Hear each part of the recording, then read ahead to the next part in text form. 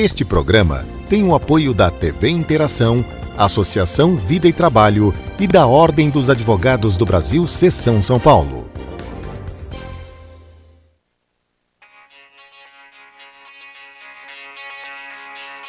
A limpeza urbana representa, em média, a terceira maior despesa dos municípios brasileiros, ficando atrás apenas da saúde e da educação.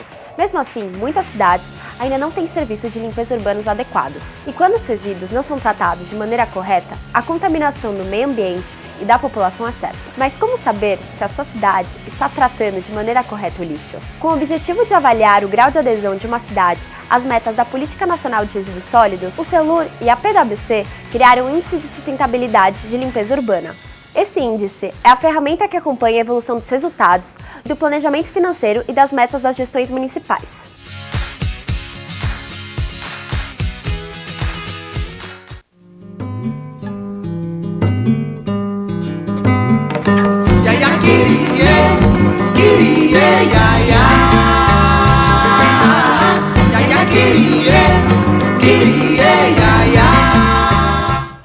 Olá, nova cidade, ideias para uma nova cidade. Hoje a temática vai ser diferente e importante. Ricardo Setion, tudo bom? Tudo bem. Tudo tranquilo. Vamos conhecer o teu programa pessoalmente agora. O Setion é um especialista do mundo esportivo.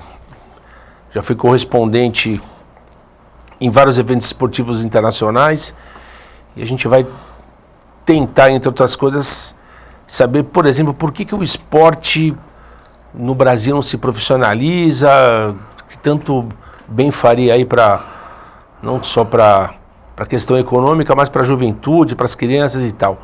Setion, obrigado pela presença. Você como correspondente, Setion, como que é o clima que antecede um evento esportivo como a Copa do Mundo, como Olimpíadas? Bom, em primeiro lugar, é tão importante ter um espaço para poder colocar algumas coisas que são parte da nossa vida e a gente nem presta atenção. Tudo muda a partir de 98. 98 para trás, a gente não era esse ser humano conectado que a gente é hoje. Então, de 98, Copa da França, quando aparecem os primeiros celulares, Copa do Mundo, onde o Ronaldo teve aquele desmaio, era um mundo completamente diferente. Você tinha acesso a papel na mão e sem o papel você não conseguia transmitir a informação. Então a internet, ela chega em 92, mas até 99 ela não é aceita. Então em 98 foi o advento do celular.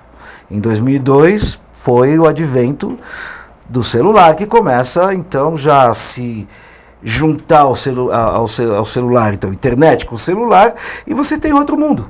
Ou seja, de repente, uma pessoa como eu e vários como eu, nós já não somos úteis. No sentido de que você e o telespectador têm um celular na mão, um iPad, um computador. Na época ainda você tinha mais computadores de mesa.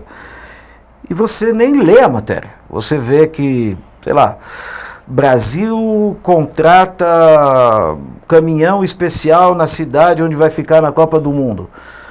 Na época você ia atrás do caminhão, do motorista, de quem pagou, de quem contratou, porque hoje aquela manchete era tudo para você. Então nós somos pessoas mais superficiais. Então, para responder a tua pergunta, antigamente era mais profunda, era mais responsabilidade, você tinha uma situação dramática de conseguir passar a informação para cá, ou para qualquer cliente. Eu lembro que na época da morte do Senna, eu tinha que correr de Imola, a cidade onde ele morreu, até Roma, para chegar até o escritório da Varig, botar a fita na mão de um funcionário da Varig em Roma, que mandava para a TV Bandeirantes do voo noturno, e no dia seguinte a Bandeirantes transmitia. Agora, você tinha interessante isso que você está falando, porque não estava nem na pauta, mas vou tomar liberdade.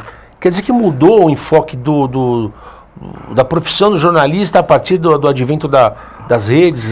Acabou com o jornalismo. Infelizmente, as pessoas, eu digo as pessoas todas, essa criança de 13 anos que conhece muito, o idoso de 70, 80, 90, mudou completamente pelo sentido de que todos nós, eu, você, o padre, o câmera, o telespectador, somos influenciados por 4 poderes.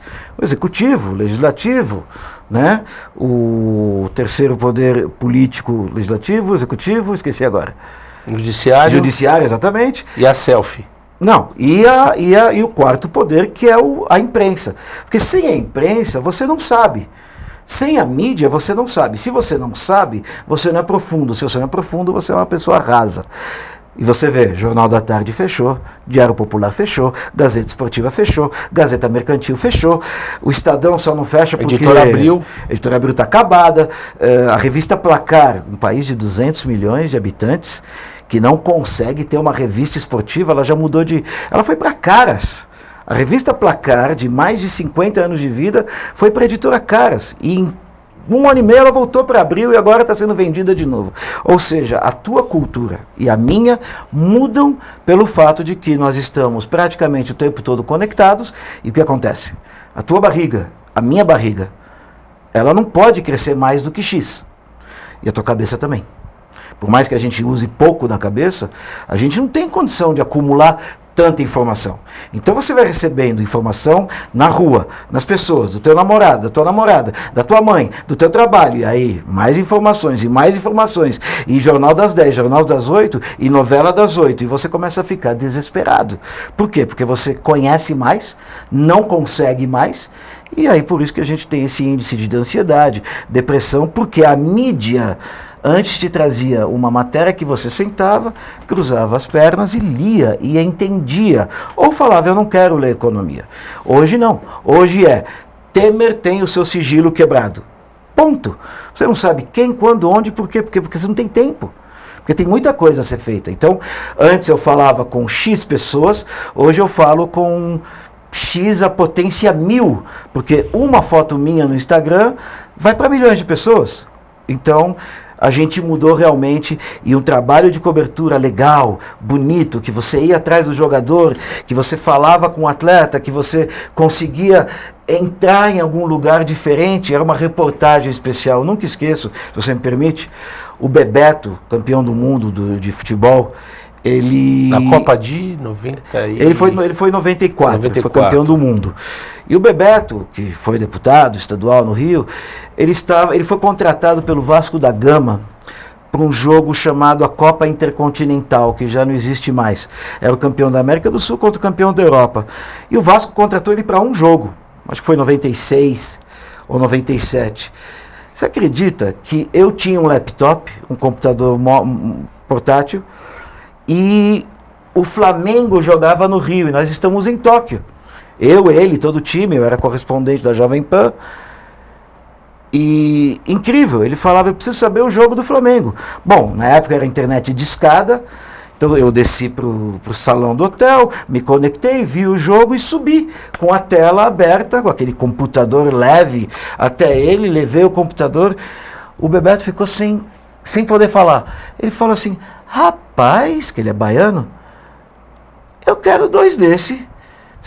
Ele não entendia como, na hora, imagina, 2 anos antes, você precisa fazer uma ligação a cobrar, entrar ao vivo, passar a matéria por fax.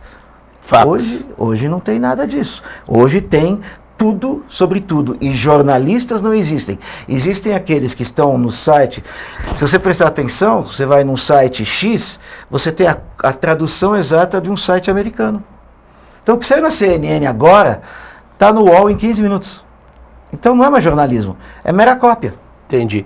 Setion, muito se fala quando existe um evento da dimensão mundial, como a Olimpíada, a Copa e tal, se fala em legado, né?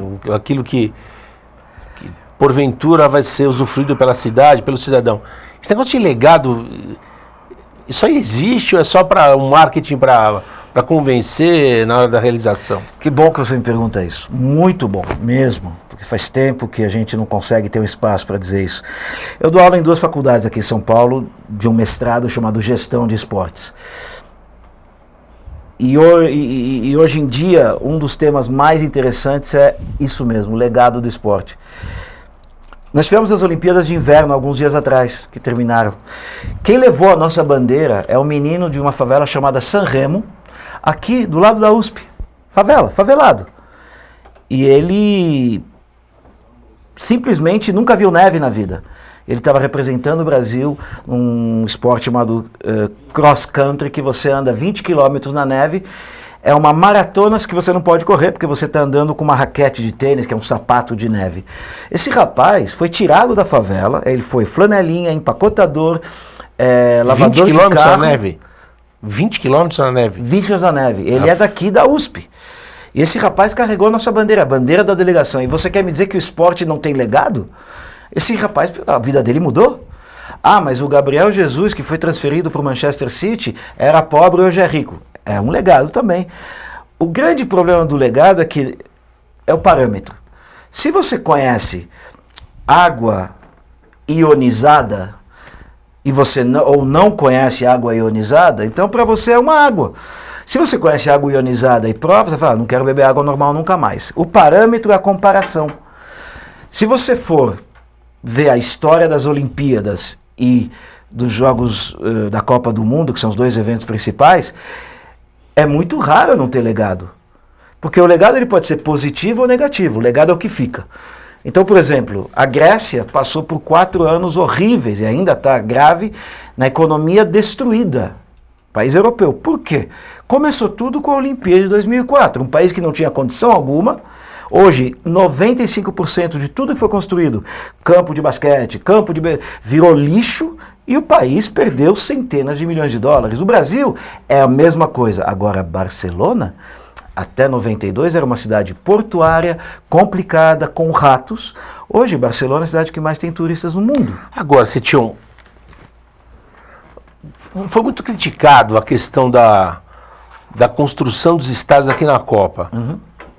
Penso eu, como que o Brasil, que é conhecido como o país do futebol, como que ele não poderia ter estádios novos, independente da Copa? O pessoal critica, pô, construiu um estádio. Eu falei, gente, se aqui é o país do futebol, no mínimo você tem que ter um estádio moderno, pô. Tudo bem, os caras superfaturaram e roubaram, enfim. A oportunidade faz o ladrão, e isso é muito brasileiro. Nós deveríamos ter estádios excelentes, e não tínhamos. Nós temos um Pacaembu, que é uma coisa histórica, funciona há mais de 50 anos, e ainda está se discutindo por que teve apagão no meio de um jogo. Então você imagina, 2018, o homem já está em Marte, e nós temos apagão no estádio no centro da cidade. Por várias razões, porque o clube não tem dinheiro para gerador. A tua colocação é genial. Então você olha em volta. Jacques Wagner, na Bahia, interpelado por obras na Fonte Nova, estádio de lá. Estádio de Cuiabá não serve para nada, custou mais de 50 milhões de dólares. 500 milhões de dólares. O estádio de Brasília, da capital do Brasil, serve de estacionamento para ônibus. Estradas não funcionam, mas você tem estádios em lugares que interessam. É só ir para Porto Alegre. Você vê que o Grêmio fez o estádio para ele mesmo, é o nome dele, ele pagou tudo, não pegou do governo. Vem para São Paulo e vê a situação do Itaquerão, que foi a abertura da Copa, um estádio coordenado pela pessoa do presidente do Brasil na época, e que hoje não consegue pagar não só o que deve, mas nem a manutenção geral. Ainda tem mármores colocados na parede que não foram instalados. O Brasil é um país incrível, porque nenhum lugar do mundo tem tanta possibilidade como aqui. Nós tivemos o maior evento do mundo de esporte, que é a Olimpíada, e o maior evento do mundo, do planeta, que é a Copa do Mundo. Conseguimos não ter uma coisa boa. Nós não temos um trem que chega ao aeroporto, dos países grandes nós somos o único, nós não temos um metrô decente, nós não temos iluminação na rua. Então, a parte do legado que eu não quero entrar, ela vem do futebol. É impossível você ter o maior clássico na cidade do Recife, Santa Cruz contra Sport, como aconteceu essa semana, e você tem 60 feridos porque eles se apertaram contra a grade, a polícia não sabia reagir, 60 feridos tratados no gramado em 2018. Os estádios tinham que ser um modelo para o mundo, e nós conseguimos não saber fazer isso.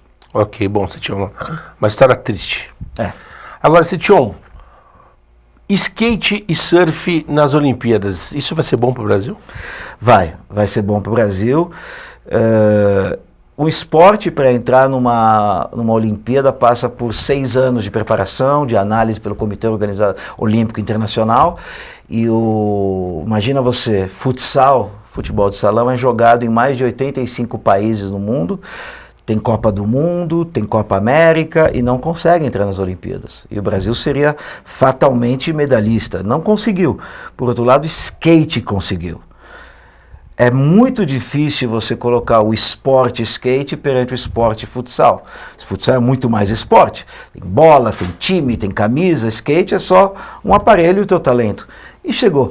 O Brasil é o país líder com os Estados Unidos no skate, então a chance do Brasil chegar longe é grande porque o nosso presidente é um mineirinho, um atleta, tem 45 anos, continua sendo skatista, deve participar da delegação, então o Brasil vai estar muito bem representado na parte de skate. Surf é outro grande mistério, porque você tem que ter mar, você tem que ter ondas, nada garante ondas num período, é muito discutível, mas é uma loteria, ou seja, nós temos um Medina, nós temos outros grandes surfistas, mas eu acho que o Brasil aí entra em pé de igualdade com outros 10 países.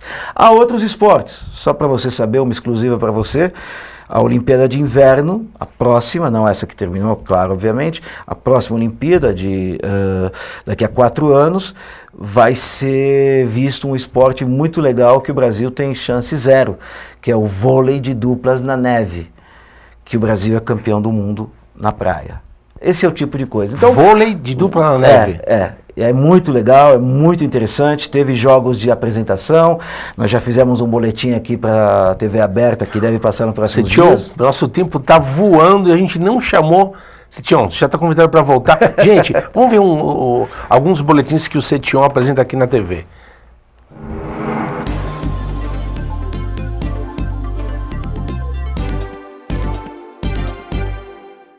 Hora de Esportes, um ano novo, novidades no mundo esportivo, que só aqui, no canal de esportes da TV Aberta, você conhece, curte e principalmente fica sabendo de coisas incríveis. Incrível mesmo é o tal do Diego Armando Maradona.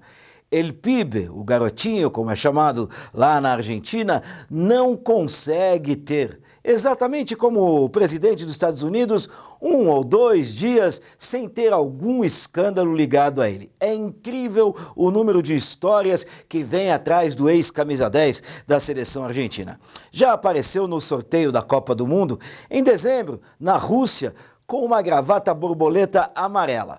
E agora ele simplesmente chamou, olha lá, o presidente dos Estados Unidos de Tirolita. Tirolita era um boneco de um ventríloco nos anos 60, 70 na Argentina. Significa um boneco manipulado que é simplesmente controlado por outros. Essa é a acusação de Diego Armando Maradona contra Donald Trump, dizendo que ele é um marionete, que não faz nada da cabeça dele. Resultado, não tardou. Os Estados Unidos acabam de negar um visto de entrada ao argentino. Ou seja, Diego Armando Maradona, que já tinha passagem comprada para visitar Miami, onde está a sua ex-esposa, simplesmente teve negado pela segunda vez em 25 anos o seu direito de entrar nos Estados Unidos. Dessa vez, por chamar o presidente de boneco manipulado. Mas você pergunta qual foi a segunda vez? Foi em 94, porque lá jogou-se a Copa do Mundo e ele foi suspenso do futebol por ter usado substâncias proibidas. Segunda entrada proibida de Maradona nos Estados Unidos.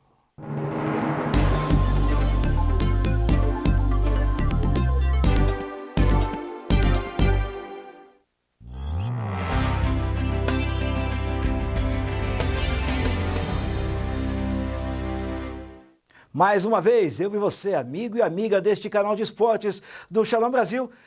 Muita coisa aconteceu essa semana. A seleção israelense de basquete venceu a Inglaterra a caminho de um lugar no Mundial de Seleções. Depois tivemos medalhas de prata, 2, no Grande Slam de Düsseldorf, na Alemanha, com Shachar Ismailov e Tal Baruch. Mas vamos focar em notícias um pouco mais importantes. Não que as medalhas e a seleção de basquete não sejam importantes. Mas aqui temos que marcar presença naquilo que é o maior evento de esportes do mundo. é a Copa do Mundo, que daqui a pouco, cerca de 100 dias, vai aterrissar na Rússia. E muita gente vai estar presente lá.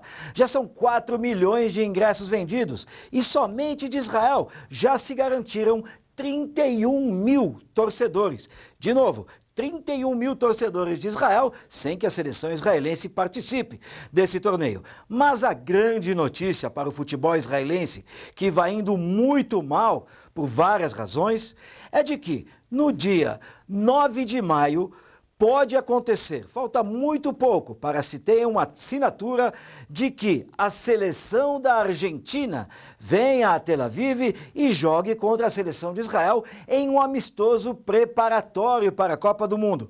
Isso quer dizer que Messi, Di Maria e as grandes estrelas da Argentina vão passar por Israel para pegar um pouco de energia boa. Houve uma exigência para que conheçam, além do Muro das Lamentações, também o lugar mais sagrado do cristianismo, em Belém, e sem dúvida alguma outros locais importantes, como o Mar da Galileia. Isso já foi uma tradição. Em 1990, 1994 e 1998, a seleção argentina, inclusive 2 vezes com o Maradona, esteve em Israel e, sem dúvida alguma, passou pelos lugares sagrados. O mais interessante é que Messi já deixou um papelzinho. O grande jogador argentino, a Pulga, o número 10 da seleção portenha, esteve com o Barcelona no Muro das Lamentações. Portanto, marque aí um jogão de bola argentino antes da Copa do Mundo contra Israel. E agora vamos passar ao fato mais inusitado, o fato mais discutido dessa semana. Como você sabe, as Olimpíadas de inverno que aconteceram na Coreia do Sul terminaram. Israel participou com uma delegação de cerca de 11 atletas, mas ali o que chamou mais a atenção foi algo completamente diferente. Foi uma atleta da Alemanha, Nathalie Schottberger, e ela, esquiadora artística, fez um grande sucesso. Só que ela escolheu uma música muito polêmica. Ela escolheu a trilha sonora de um filme muito forte e importante para a comunidade judaica do mundo inteiro, A Lista de Schindler. Nicole Schott não esperava tanta reação. Não é a primeira vez que a trilha sonora da Lista de Schindler é utilizada em momentos de esqui artístico, patinagem artística, mas por uma alemã nunca aconteceu. O filme trata de Oskar Schindler, um alemão que salvou muitos judeus da mão dos nazistas. Portanto, as mídias sociais, até mesmo o governo alemão, pediram uma retratação por parte da atleta e assim essa história ainda dá o que falar. Nathalie Schott, patinação artística em plena Olimpíada, escolhendo a trilha sonora de um filme que marca a morte de milhares e milhares de pessoas. Grande abraço a você, amigo e amiga do Shalom Brasil.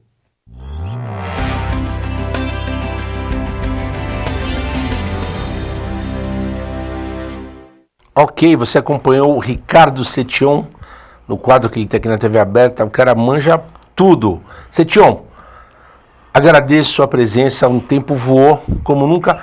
Eu queria te fazer uma pergunta. Como saideira, você que entende dos bastidores. Doping na Rússia. Só tem doping na Rússia? Só os russos são dopados? Vamos ser bem rápido para poder colocar tudo no programa, porque você só vem com então, assuntos... Então, já tá convidado para... Porque a gente não foi nem... Se Deus quiser. Não colocamos nem é que você toca em temas dramaticamente interessantes. O problema é que havia doping até os anos 80 na Alemanha Oriental, país comunista, porque o esporte sempre foi um instrumento. Pena que o Brasil não entende isso, mas é instrumento bom e ruim. Alemanha Oriental... Romênia, que fazia as suas ginastas não crescerem. Lembra de Nadia Comaneci? A Alemanha Oriental, que fazia as primeiras tentativas com esteroides, que corredoras desenvolviam órgãos masculinos de tanto esteroide. A Rússia mantém, aí a Alemanha Oriental já não existe, a Romênia já não é comunista, a Rússia tem um laboratório e tem uma importância enorme em ter resultados para que o Putin se fortaleça.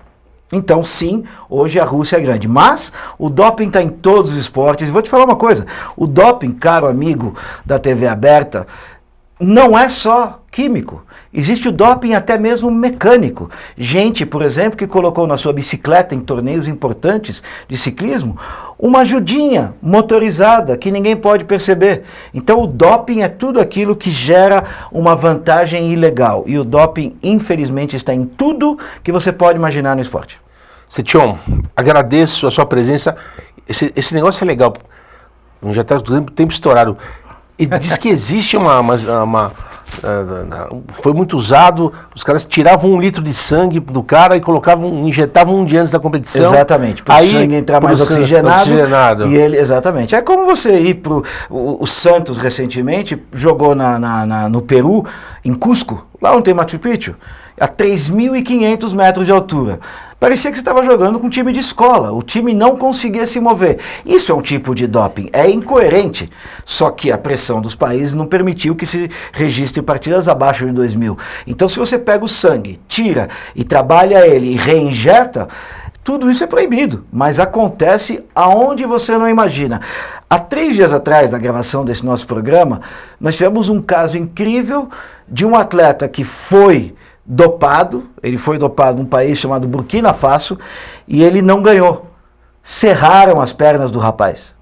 Serraram as pernas do rapaz. Ou seja, como na Colômbia em 94, quando havia apostas para a seleção da Colômbia no futebol, forte seleção, e aí o gol contra do Andrés Escobar, que aconteceu, mataram o Andrés Escobar, porque tinham apostado. Então, o doping, a aposta é uma coisa inevitável, como o ser humano é imperfeito, o esporte também.